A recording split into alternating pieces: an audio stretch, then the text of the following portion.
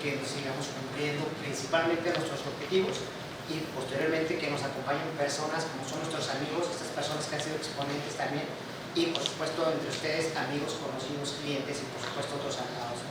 Pues para mí es importante que estemos realizando esto y es un satisfactorio ver que al final si alguien de ustedes se lleve algo, esa cosquillita, por hacer una mejora interna, por agradecérselo a su cliente o de alguna manera por generar una alianza aquí como lo ha hecho Daniel Monclova en el tema del networking, ¿no? La verdad es que me metí de relleno, la verdad es que hoy no les voy a hablar nada fiscal, hoy no les voy a hablar nada laboral, que normalmente son los temas que manejo mucho, porque incluso ahorita en el desarrollo de la plática, como lo hemos dicho, sin querer fue un tema de engranaje, hablando de un tema tras otro que va a dar una continuidad a lo que estamos hoy transmitiendo, ¿no? ¿A qué me refiero ahora? Mi tema se llama responsabilidades socios y accionistas y contadores, le voy a poner, porque yo soy contador, y lógicamente lo quiero ver desde el punto de vista como contador, ¿no? Como Carlos Dueñas, un amigo y cliente de nosotros, ahorita comentaba algo del comisario, que lo vamos a mencionar. Yo lo quiero ver como contador, no soy abogado, me metí a una materia que no es mía, pero vamos a tratar de llevarla de la mejor forma para transmitirla de cómo lo vemos nosotros, los seres humanos comunes, que nos creen todólogos en las empresas, ¿no? El contador, ¿no? Entonces, vamos a empezar un poquito, normalmente la confusión, y digo que es un tema que no es mío, pero es el tema, si es socio o es accionista, ¿no? Cuando hablamos en las empresas o hablamos con los clientes, les decimos socio y accionista, juntamos las palabras, socio y accionista, o nos enfocamos a una sola persona, somos accionistas y nos olvidamos de los socios, ¿no? O soy accionista y me olvido del socio, y aquí hay muchos abogados, y la mayoría que pasó al frente son abogados, ¿no? O sea, la realidad es que es confuso, y muchas veces, incluso el contador, no sabemos si es socio o es accionista. O muchas veces como asesores solamente transmitimos lo que escuchamos y a veces no tenemos la respuesta atrás. Y aquí yo voy a hacer esa pregunta, ¿qué es un socio? ¿Qué es un accionista? ¿Somos iguales o no? Yo voy a pedir a Galeso que me ayude, un abogado que está recién titulado. Galeso, ¿qué es un socio? ¿Qué es un accionista? ¿Son iguales o no? Ay, Eduardo, ahora sí que me pones en una coyuntura. No te preocupes, es que ese es el punto, la realidad es que no lo diferenciamos, la realidad es que siempre hablamos de la misma forma. No es por un tema, es una persona preparada, soy un contador y abogado, pero al final tenemos la costumbre que el día a día, como dicen, la costumbre nos domina y así lo trasladamos. ¿Qué es tan sencillo? La Ley General de Sociedades Mercantiles, como decía la licenciada Natalia Treviño, como mencionaba ahorita Enrique, entonces son los abogados expertos corporativos, nos menciona, ¿no?, que un socio son partes sociales. ¿Y quiénes son partes sociales? La sociedad civil, hablando del Código Civil, ¿no? O en la sociedad, en la generación mercantil que habla la sociedad de responsabilidad limitada. Esos son socios, por hacer un ejemplo. ¿Y qué es un accionista? Normalmente, el tema de capital, soy el tema que es el que se capitaliza, maneja dineros, invierte, inversionistas, esos son los capitalistas. Y los más comunes son los que le llaman accionistas. Y esos son los que están en las sociedades anónimas, por ejemplo, ¿no? O en las famosas sociedades de capital, de las APIs, ¿no? Sociedades promotoras de inversión. A eso son los accionistas. Y si te fijan, ya hay una diferencia, o sea, abismal. Pero normalmente nosotros lo veamos el día a día como si no hubiera diferencia. ¿Por qué es tan diferente entenderlo? Porque unas puede ser por un tema civil o por tema de leyes mercantiles y otra por un tema mercantil, como el Código de Comercio o la Ley de Sociedades Mercantiles. Entonces, eso es importante entenderlo. ¿Por qué? Porque ahorita lo hemos hablado y lo vamos a ver. Hoy el tema de las responsabilidades que esto genera, ¿qué les lleva? ¿Soy socio accionista? ¿Tengo responsabilidades diferentes? No, ahí sí no, ahí no hay distinción. Son las mismas de las obligaciones que van a conllevar, ¿no? Entonces, en ese sentido, cuando ya se genera la sociedad, cuando ya están hablando del tema de emprendedurismo como con Rafa, cuando ya están viendo el tema de crecimiento en la importación y exportación con Mariana, cuando ya tiene un cumplimiento regulatorio, parte de generar una sociedad adecuada para el nicho de negocio que tienes, como lo decía Natalia, ¿qué sucede en las empresas constantemente? Hoy vamos a nombrar un representante, ¿no? Porque es ley, porque el notario nos dice, señala a quién le vamos a dar, y como ustedes saben, de acuerdo al tipo de sociedades, ya sea anónimas, ya sea responsabilidad limitada, ya sea civiles, pueden ser todas a través de un consejo de administración o en temas particulares, como cuál, ¿no? En las sociedades anónimas hay un representante administrativo único, que se le llama comúnmente el administrador único, ¿sí?, que es el que puede caer una responsabilidad. Y hay un tema al que le llaman director general, ¿no?, que es en este caso a las sociedades civiles, y hay un gerente general a las sociedades de responsabilidad limitada. Es normalmente como se les nombra legalmente a los representantes de las sociedades. Entonces, también depende de la actividad, depende de la empresa como surgió y nació, se le va a nombrar al representante legal. ¿Sí? Y ahí conlleva una serie de obligaciones posteriores que acabamos a ver también. Entonces, ahí es un tema de trasladar. ¿Por qué? Porque luego hay una figura que se le llama comisario, ¿no? O hay un tema que se llama apoderados, en el orden que está, ¿no? Representante legal, ya quedamos, puede ser un administrador general único, sociedades anónimas, puede ser un director general, el tema de sociedades civiles, y puede ser un gerente general, el tema de responsabilidad limitada. Y luego decimos, oye, pero el socio nunca es representante legal, normalmente nunca lo es, ¿no? Señalamos un tercero. Pero luego el tercero a veces también está muy ocupado y señalamos a un apoderado, que es lo que decía Nati hablando de los poderes y la vigencia principal del Estado de Jalisco, que es de los 5 años. Y aquí le damos poderes al contador, ¿no? El contador va a hacer el trámite del SAT, el contador va a hacer el otro y el contador va a hacer. Y al final ellos tienen una responsabilidad, posiblemente sí, pero hay una gran diferencia que se llama gestión de negocios que hacen los administradores, los representantes legales, y hay otra que se llama ejecutoria, que es el tema de los contadores, ¿no? Y cualquier otra que le dé un poder. No puede darles un poder, pudiera entenderse, la gente que desconoce, y corríjanme los abogados si me equivoco, pueda generar un tema de una depravación, pueda generar un tema de no sé, un tema de penal o civil. Probablemente sí, si al final como persona actúas mal, pero ya no te lo llevas al tema fiscal, ya te lo llevas a un tema civil, a un tema penal, ¿no? Ya es diferente. En el tema fiscal, no por tener un poder significa que seas quien sea responsable de las particularidades hacendarias o recaudativas. En este caso me refiero a mejor contribuciones, impuestos, multas, no necesariamente, porque la gestión de negocios la tiene otro, ¿no? Y luego hay otras cosas que han surgido, como hoy llamamos beneficiario contralor y otras cositas que vamos a ver. Entonces, cuando eres un apoderado, tienes que hacer trámites por obediencia, sencillamente, así de sencillo. Luego viene el tema del comisario también, nos lo avientan a los contadores. Normalmente el contador es el comisario. Y ahí viene una controversia que se llama, señores, yo no puedo ser parte del problema y parte de la solución. Normalmente nos dicen que el contador sea el comisario, pero tú eres quien opera. Y luego peor si tienes poder, porque no se puede llevar en base a esa tesis que el contador tenga un poder ejecutorio y que sea comisario, ¿sí? ¿Por qué?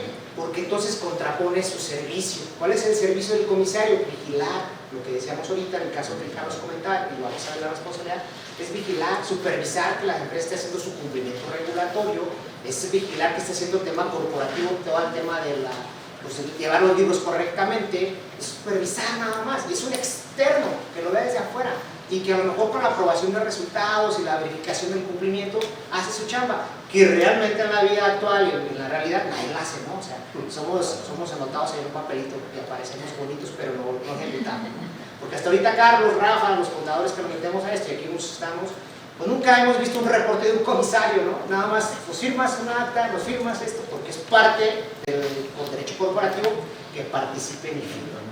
Entonces, es interesante aquí para los que tengan el poder, sean contadores, o sean comisarios, o sean principalmente ejecutando el tema, no puede ser, no es ineficiente. La ley, y corríjame abogados con toda la confianza, si haces un acto no va a ser que no tenga validez, tiene validez, porque tienes el poder. Pero en el deber ser estrictamente congruente es que tú no pudieras hacer.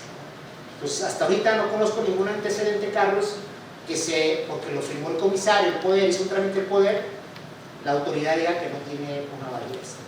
Simplemente es una opinión de la Suprema Corte, por supuesto, en donde, adelante Carlos, adelante yo, ¿no? Okay. Con toda confianza, aquí vamos haciendo esto hábil para que todos tengamos la situación de participar. Entonces, no se puede, entonces tratemos de evitar esto y que siempre quede un tercero. Oye, le voy a dar poder al intendente para que vaya y saque la firma electrónica. Pues complicado, porque al final el uso de la firma electrónica es un tema importante. Ya se está manejando que la firma electrónica es como si fuera autógrafa, y para muchos trámites y procesos pues se está pidiendo la firma prácticamente, el tema de comercio exterior, tema Secretaría de Economía, tema incluso de pedir hasta el nombre de la sociedad para ver quién la está solicitando. O sea, entonces en ese sentido es muy importante el uso de la firma electrónica. Entonces nada más para seguir el manejo, somos los socios, accionistas, hay administradores, hay apoderados, y por supuesto estamos nosotros los comisarios, ¿no? Y luego viene el tema de ¿qué es la responsabilidad solidaria? Que digo, ya no más voy a venir comparando al frente porque ya lo dijeron ahorita, ¿no? Aquí mi compañero Ramón, ¿no? El gran amigo de Zamora. Entonces, estaban platicando y se armó el debate en las respuestas y preguntas. Exactamente ese es el tema, ¿no? ¿Cuál es la responsabilidad de los socios y accionistas y contadores? ¿Sí? Pues sencillamente el Código Fiscal, artículo 26, nos señala qué responsabilidad tienen los socios y accionistas. Fiscalmente hablo, ya hablaremos de todos los penales y civiles que son otros temas.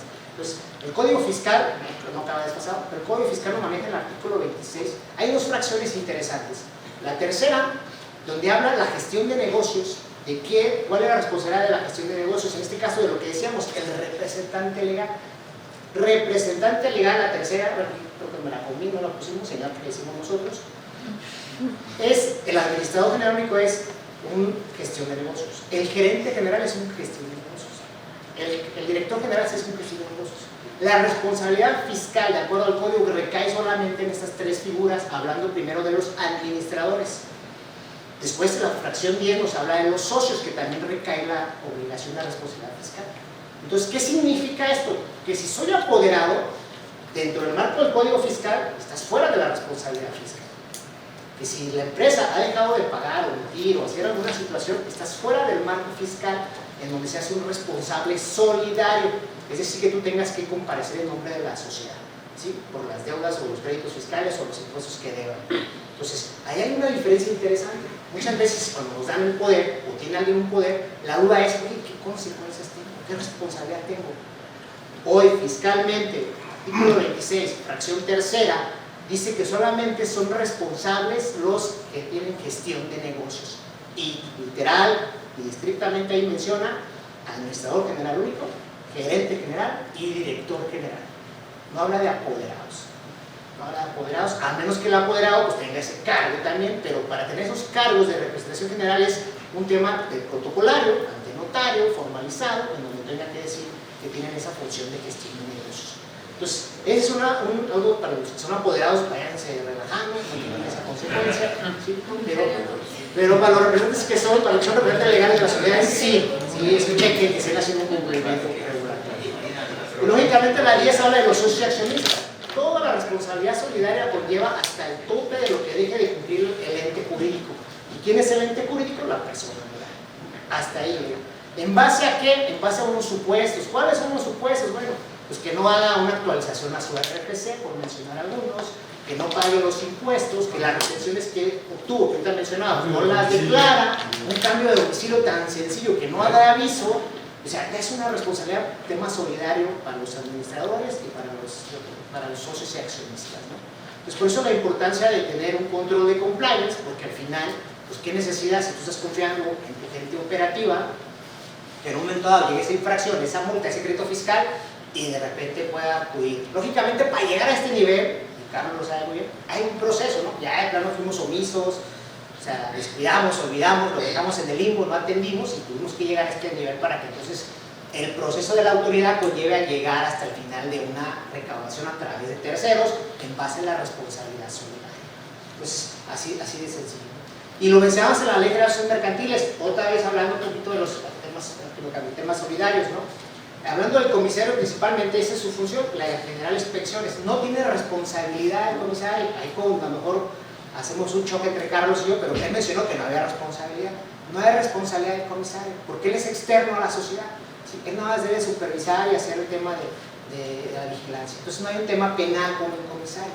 Y hay una tesis también en donde se maneja ese tipo de situación, porque él es el tercero para que avale el cumplimiento de toda la empresa en sí, de los socios, accionistas y administradores. Entonces no hay esa situación, ¿no?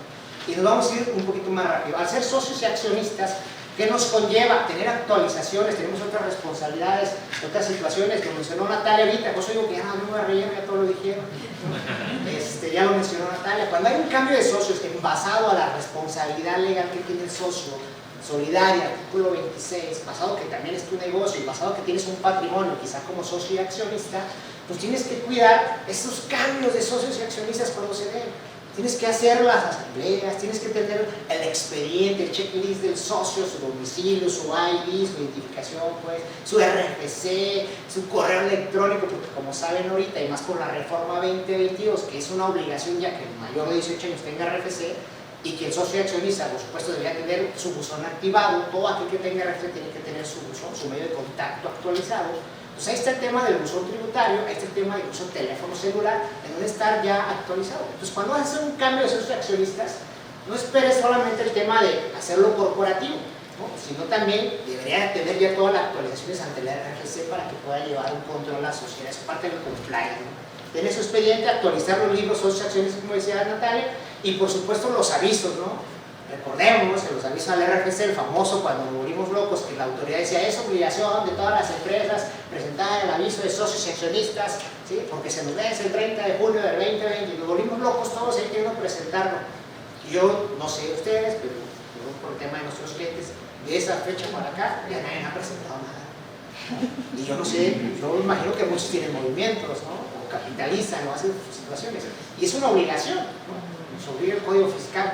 Entonces no lo hacemos. Pero independientemente de eso, hablando de lo fiscal, la Ley General de Acciones Mercantiles 73 para partes sociales y 128 para capitalistas, acciones, o sea, lo que es accionistas, que aquí se me pasó a ponerlo, nos dice lo mismo, públicalo en la Secretaría de Economía. Son dos cosas diferentes. Lo fiscal es una cosa, lo legal o mercantil es otra cosa, lo penal es otra cosa. Hay que ponerlos en el enfoque, ¿no? Entonces tendrías que también hacer tus avisos respectivos, no nomás Hacienda. Hacienda por tener un dato informativo actualizado y decir ya quiénes son nuevos socios y de un momento dado conocer la responsabilidad solidaria contra quién van a ir.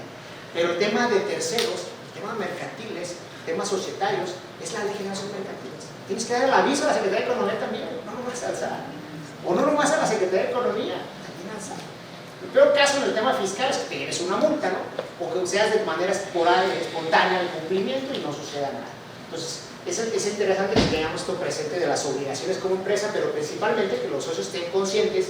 Normalmente nos retiramos de una empresa o nos retiramos ya sea como socio, accionista o como apoderados, que muchas veces, y no le decimos a la empresa, oye, retírame, ¿no? Nos damos tranquilamente, ya cierro la puerta, ya no quiero saber de ellos. No, hay que decirles, hay que darle continuidad a mi salida administrativa. Si tengo un poder, oye, retírame. Si no te lo pueden hacer en ese momento por proceso, porque no necesitas en el SAT, porque está de locos, en el convenio de salida hay que manejar que la empresa ya es responsable, ¿sí?, del uso y que tú ya no estás participando en eso. ¿Por qué? Porque la responsabilidad solidaria es hasta donde tú estés ahí, ya sea como socio o como administrador. Y si no se da la formalidad de terceros, sigue siendo responsable. Imagínate que se retiran, que siguen usando su firma electrónica, siguen firmando en su nombre, que será muy extraño, pero si hay quienes se aventuran a hacer eso. Y entonces imagínate la responsabilidad que tú estás muy tranquilo en la playa y de repente están haciendo actos en tu nombre. Es interesante, por eso cuando se vayan a retirar como socios, accionistas, administradores, apoderados, siempre hay que pedir que los quiten o hacer un convenio donde se señale que ya no son parte de eso. Entonces, partiendo de eso, luego nos vamos a qué es el tema de los delitos, ¿no? Ahora sí pensar en delitos fiscales, principalmente fiscales, porque lo demás no es mi área. El artículo 6 del Código Penal Federal menciona que un delito es lo que marca la ley, son los supuestos que marca la ley, o cuando hay leyes especiales o a base de los tratados internacionales, ¿no? Dependiendo la tipificación. Y en este caso, hablando, esto es en base, porque se considera delito penal, es en base al Código Penal Federal, pero hablando de lo fiscal, hablamos que las leyes especiales, entonces es la ley ICR, la ley del IVA, la ley del IEPS, y entonces se recordarán de la famosa reforma 2020, ¿no? Donde hablamos que la reforma penal, fiscal, y hacíamos un escándalo y todos nos asustábamos, ¿no?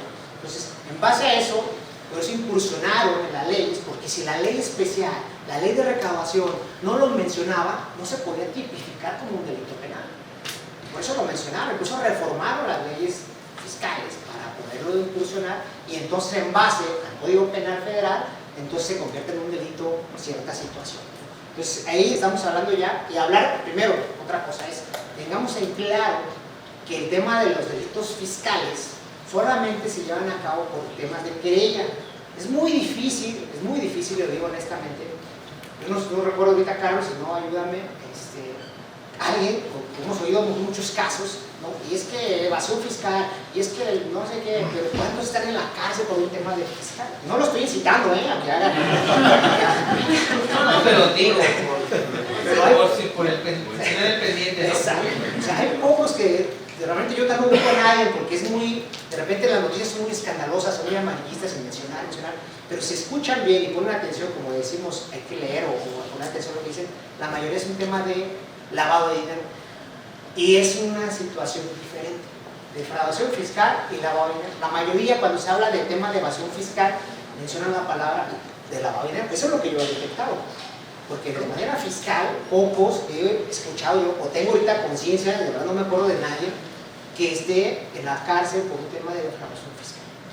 Es un tema de lavado de dinero, y el lavado de dinero ya conlleva otras implicaciones. Tenemos que estar la ley PIORPI, ¿no? Que es el tema de la delincuencia organizada, el tema de... Y esa ya estaba tipificada y penalizada desde que nació, desde el 2012 que nació la ley.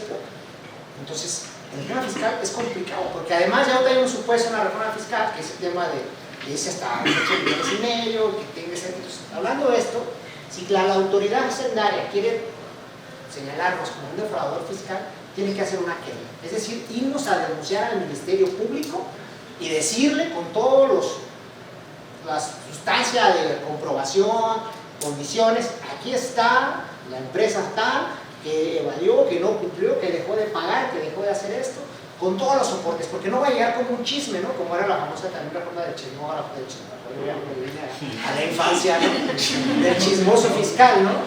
Entonces no va a ser eso, no va a llegar y decir, fíjate que creo que la empresa tal está evadiendo, no, va a llegar ya con un soporte bien documentado para poderle decir al Ministerio Público, aquí está mi queja, dale seguimiento. Y entonces cuando suceda, ¿cuándo se convierte en una defraudación fiscal? Pues principalmente la omisión, ya sea parcial o total de los impuestos. En ese momento es cuando se convierte en una defraudación fiscal. Y para eso entonces ya tuvimos que haber pasado miles de cosas para poder llegar a ese nivel, ¿no? Entonces es complicado.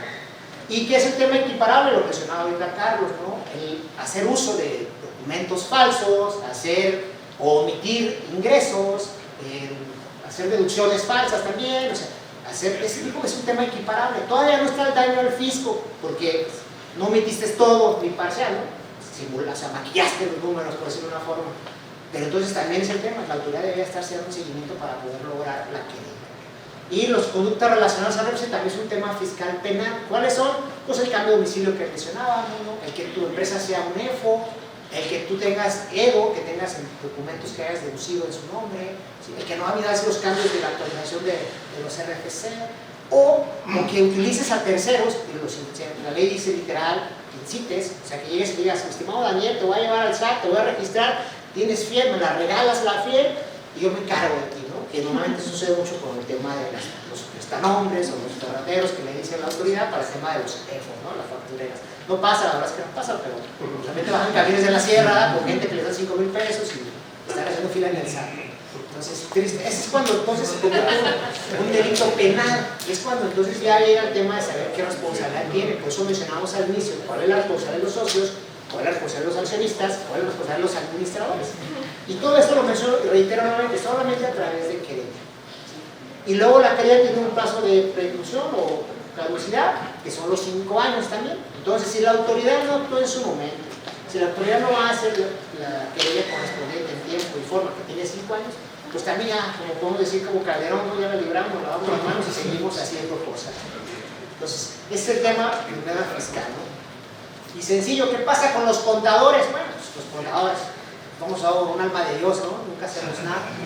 En el tema, en la novena, de acuerdo al artículo 95, en la novena del Código Fiscal de la Federación, solamente pudiéramos encuadrarnos ahí, solamente pudiéramos caer aquí, porque pase a un contrato o un convenio, e incitemos a la sociedad o al empresario a hacer una estructura, un tema de estrategia que valga o que haga un tema de que no cumplamos con la recaudación correspondiente, ¿no? Por eso yo les digo, si van a hacer algo malo, no manden pruebas, no manden correos, háganlo en persona, que no se los graben, para que no tengan responsabilidad. Pues al final es eso, solamente aquí podríamos cuadrar, de otra forma no hay una responsabilidad. Nos maneja mucho el tema del código fiscal, sobre todo en la reforma del 2019, que decía que los contadores éramos responsables. La realidad es que solamente cuando se ve esto. Imagínate que ni siquiera tienes un contrato firmado, pues tampoco hay ni siquiera esa prueba de por medio. Entonces, realmente no hay supuestos de delito y hay muchas cosas que manejan el artículo 95 del código, pero tendríamos que estar checando esta situación. Muy sencillo, y yo para concluir les digo que iba a ser nada más de relleno para aparecer en una foto. Hay situaciones que han cambiado en el tema de socios y accionistas o en las empresas que nos obligan, ¿no?